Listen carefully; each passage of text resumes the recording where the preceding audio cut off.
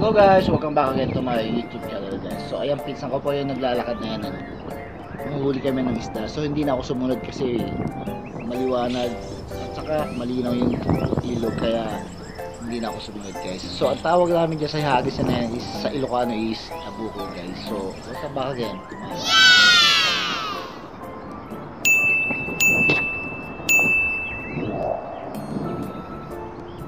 ayan guys, itong lugar na to, dito kami naliligo nun.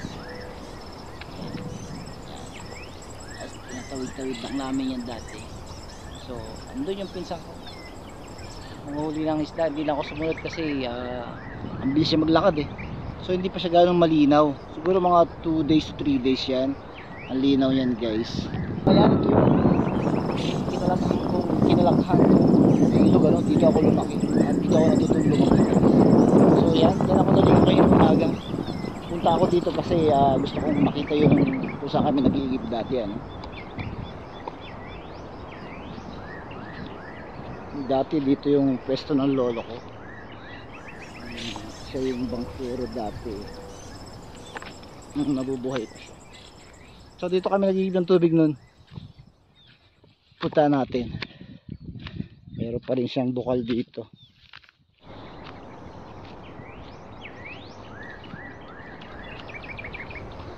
Ayan, meron pa rin siyang bukal.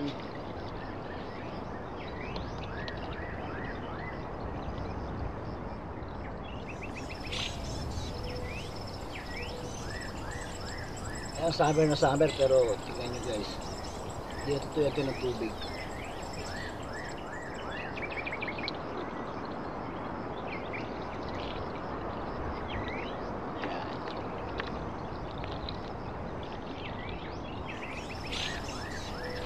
Ang labig ng tubig niya. Dito kami lagi noon nag-iigib. Tignan mo, inakyat namin yan hanggang doon. Hanggang doon sa taas. Yung inakyat namin lagi-lagi. So araw-araw yan nun. Tapos every weekend puno ng tao dyan noon. Nakapila yung mga maglalaba. Yan dito. Meron kubo-kubo ang lolo ko dati dito sa taas na ito.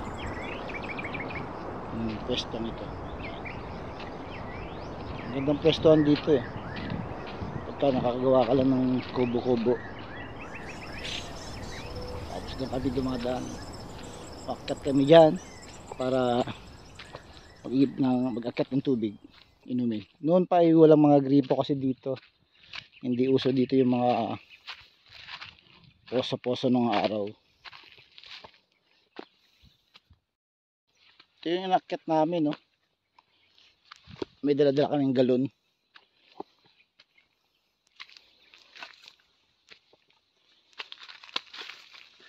May mga manok.